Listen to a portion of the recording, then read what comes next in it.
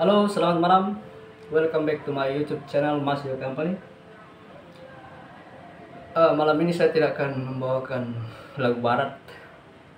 Kalau lagu barat terus saya bisa lupa diri Jadi malam ini saya akan coba menyanyikan lagu daerah saya tercinta dari Tanah Toraja. Mungkin ada yang tidak tahu kan ini lagu daerah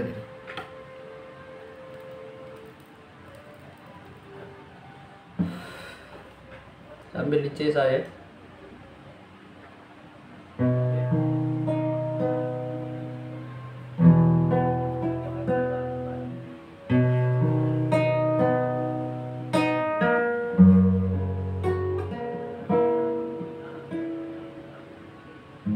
Kurangi motu kare bambu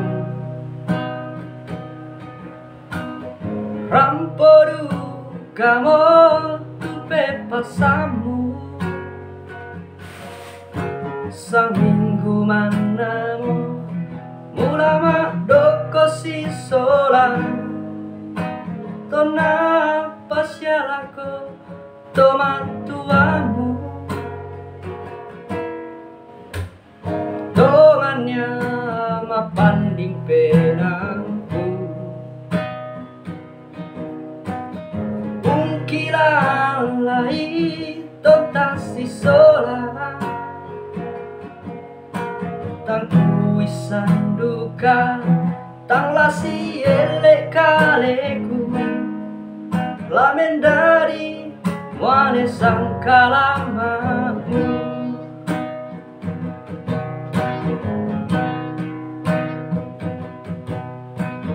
nang kutandai dolo rende tang latuo si solaki saya lakona marapuang ko iko aku te anak tobiti hai apa dio kaleku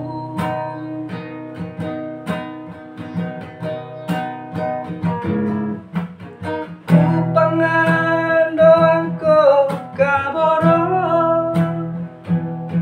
deno upa amu masanang sola dua tang ngarang kaleku damu dua penawa mutontong si pakaboro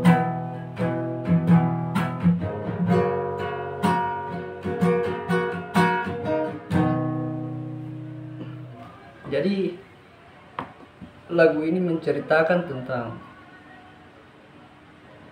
dua orang yang saling mencintai namun karena perbedaan kasta yang satu dari keluarga bangsawan, yang satu dari keluarga bukan bangsawan. Jadi mereka saling mencintai namun karena perbedaan ras ini mereka orang tuanya menjodohkan si perempuan dengan orang yang lebih sederajat dengan dia. Jadi kalau kita pelajari liriknya memang lagu ini agak miris dan banyak juga dijumpai dalam kehidupan sehari-hari kisah asmara yang mirip dengan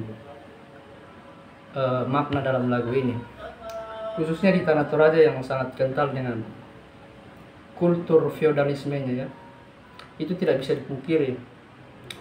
Bahkan secara umum Indonesia di setiap daerah memang kultur feodalisme masih sangat kental dan pekat yang kadang-kadang berpengaruh dalam kehidupan kita sehari-hari, seperti dalam aspek hubungan relationship dengan orang lain, yaitu masalah kasta dalam masyarakat atau istilahnya kelas-kelas sosial lah. Jadi dari lagu ini kita banyak belajar banyak hal. Jadi saya salut juga yang menciptakan lagu ini cukup membuka pemikiran kita bahwa cinta itu tidak harus memandang dari kelas-kelas sosial atau kasta, namun pada faktanya yang kita jumpai dalam kehidupan kita, terutama di uh, daerah saya di Tanah Toraja khususnya, masih banyak hal-hal seperti ini yang terjadi, di mana orang tua lebih memilih untuk menjodohkan anak mereka dengan yang kastanya selevel dengan mereka, dan itu adalah kultur feodalisme yang masih tetap terjaga sampai saat ini, meskipun ada beberapa orang yang sudah meninggalkan pola pemikiran seperti itu. Namun karena itu sudah menjadi suatu tradisi dan itu dianggap sebagai untuk menjaga martabat keluarga atau martabat suatu kelas sosial, hal itu masih kerap terjadi di dalam dan dipraktikkan di dalam masyarakat ya, khususnya di kampung saya, di daerah saya di Tanah Toraja. Dan kita tidak bisa menutup mata terhadap fenomena-fenomena seperti itu. Dan jujur, bagi saya pribadi, saya tidak setuju dengan kultur-kultur seperti itu atau budaya-budaya seperti itu. Memang miris sih, tapi mau bagaimana lagi, karena terkadang untuk melepaskan kebiasaan-kebiasaan atau tradisi-tradisi yang sudah melekat puluhan bahkan ratusan tahun itu tidaklah mudah, teman-teman. Apalagi kalau menyangkut masalah menjaga martabat atau eksistensi kelas sosial dalam masyarakat, di mana masyarakat masih memandang ada masyarakat kasta rendah, kasta menengah, dan kelas atas atau bangsawan lah istilahnya. Saya tidak mengatakan bahwa hal itu salah, namun hal ini bisa menyebabkan suatu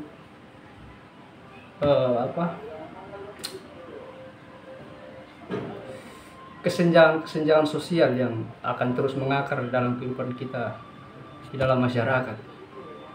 Apalagi kalau masalah perasaan, kan perasaan itu kan tidak bisa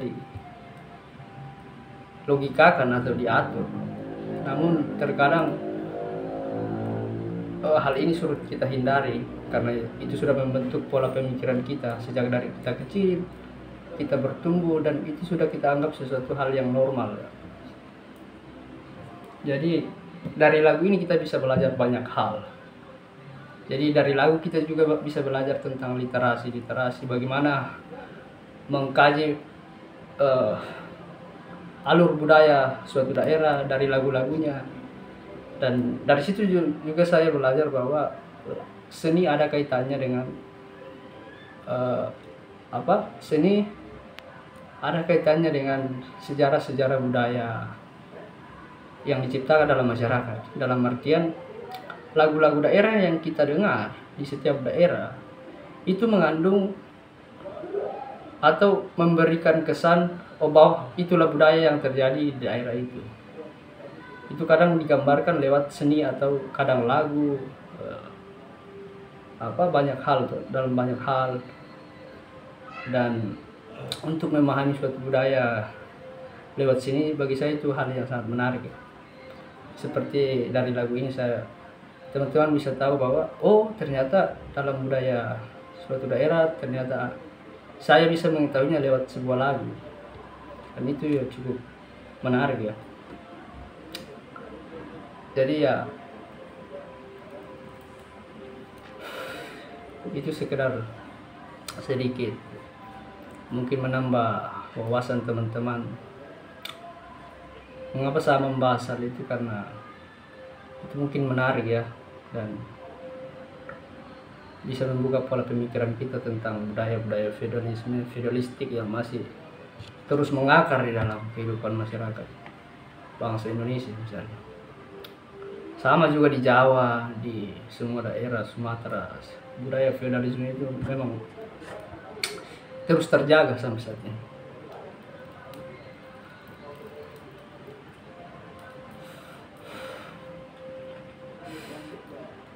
Feodalisme bisa dibilang ada baiknya juga, tapi kalau menurut saya lebih banyak buruknya ya. Karena itu mengkastakan manusia. Artinya dengan adanya budaya feodalisme yang tetap terjaga, maka secara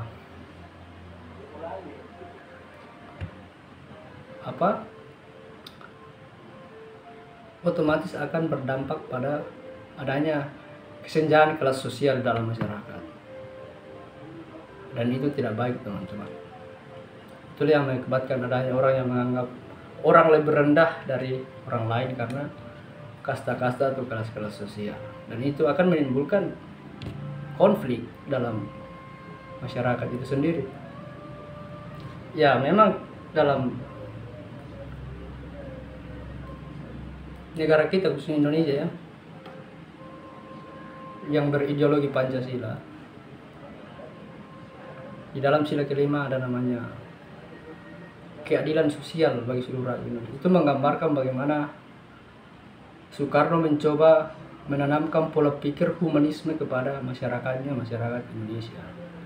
Namun dalam prakteknya budaya feodalisme itu tidak bisa diminimalisir, karena memang bangsa kita, bangsa Indonesia adalah bangsa yang terbentuk dari budaya-budaya feodalisme, kerajaan-kerajaan.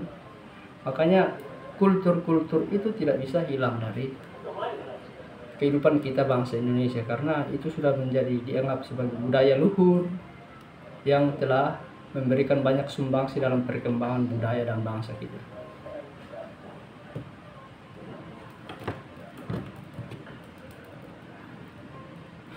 Meskipun kita sudah di era modern yang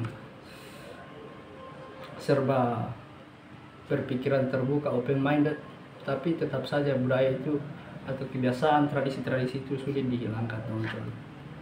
Sudah menjadi suatu adiksi tertentu dalam daerah-daerah tertentu yang sudah dianggap sebagai sesuatu yang baik, luhur, dan harus dilestarikan begitu.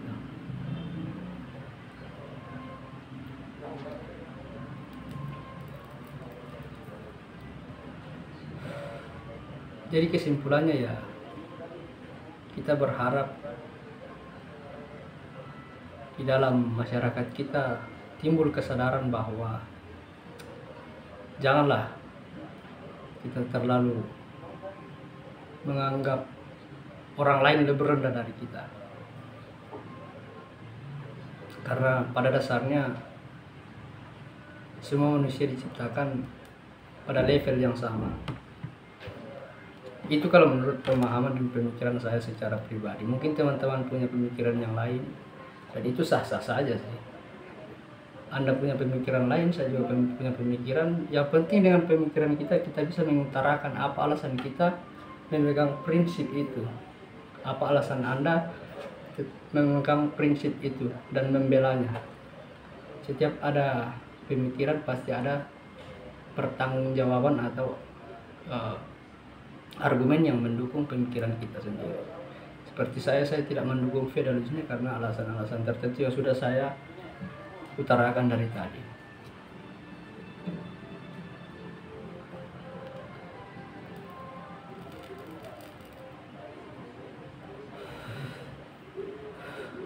Feodalisme itu juga yang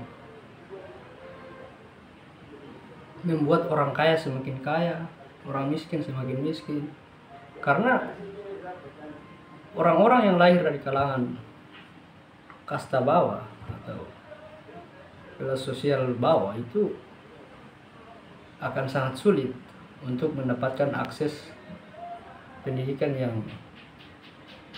lebih baik karena faktor biaya atau faktor ekonomi. Karena memang tidak bisa dipungkiri orang-orang kelas atas kan secara umum mereka memang sudah memiliki warisan begitu, entah itu warisan secara intelektual atau warisan secara materi ya, dibandingkan orang-orang yang berkasta rendah. Tapi banyak juga sih yang orang-orang dari kasta rendah yang bisa mengangkat derajat kehidupan mereka menjadi orang yang berintelektual tinggi dan memiliki materi, banyak juga, cuma sedikit saja sih. Karena memang faktor pendukungnya kurang dan betul-betul mereka bekerja keras untuk mendapatkan hal itu.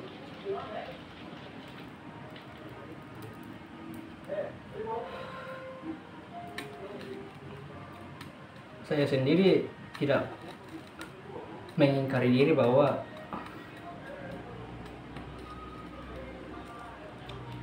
dalam culture budaya saya, feudalisme itu sangat sulit untuk diredam ya.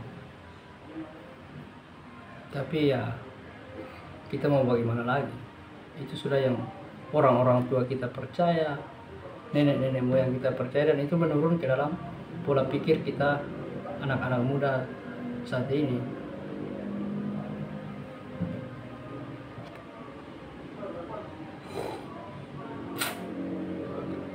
Ya mungkin itu sedikit storytelling aja dari saya ya, dibarengi dengan hiburan sedikit.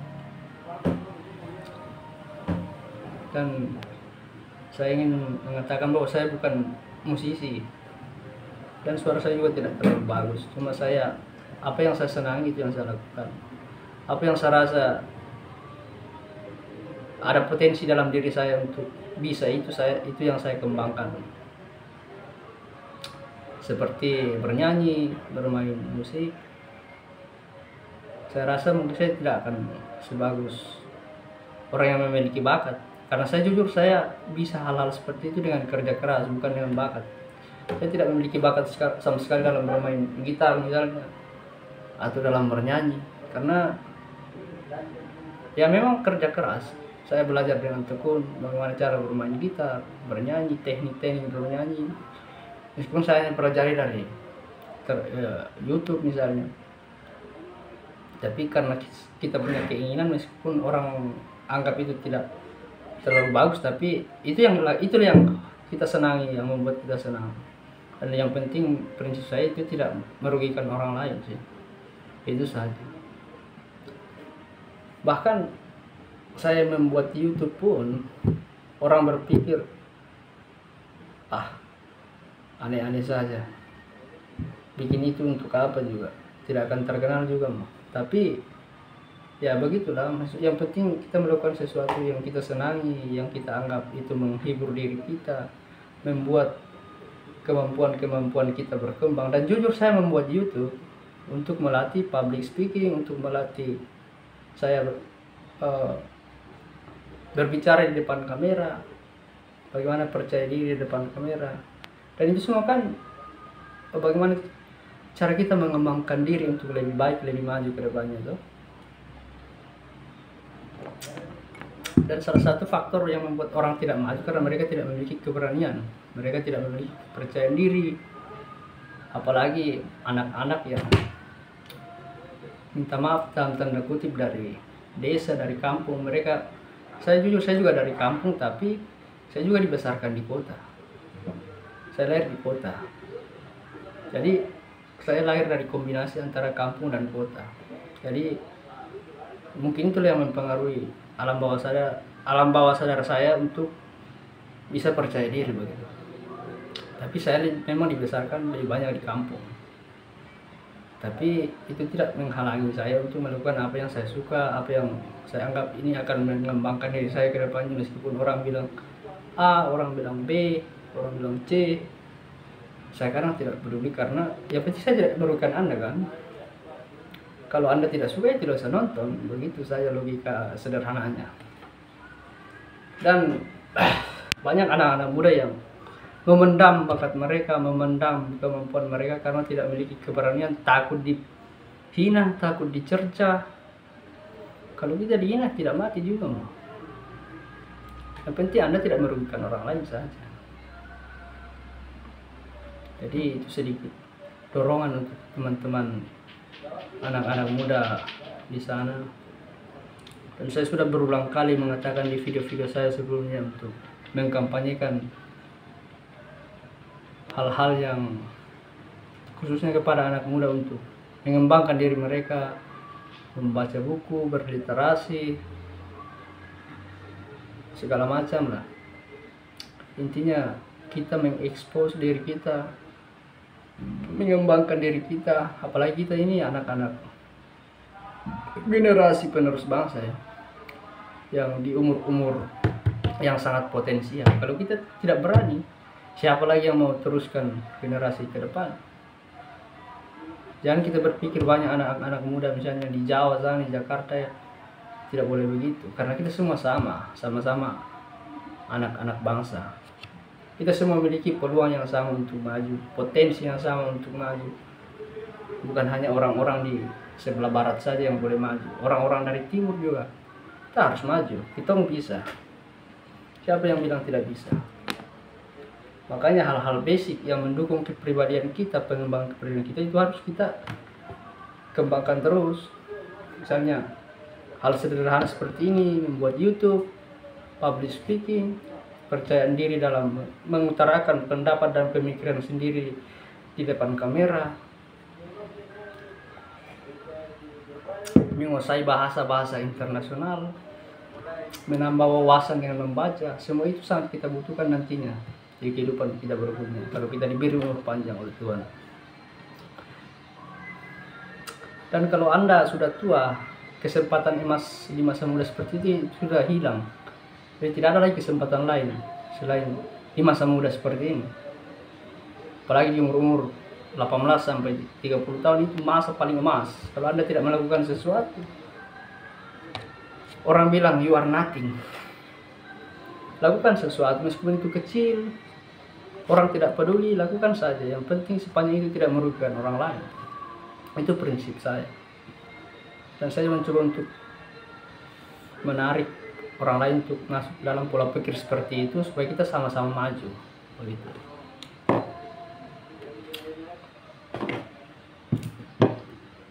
Ya, demikian bacotan dari saya. Sekian dan terima kasih. Terima kasih ya apabila teman-teman menyempatkan diri menonton video saya.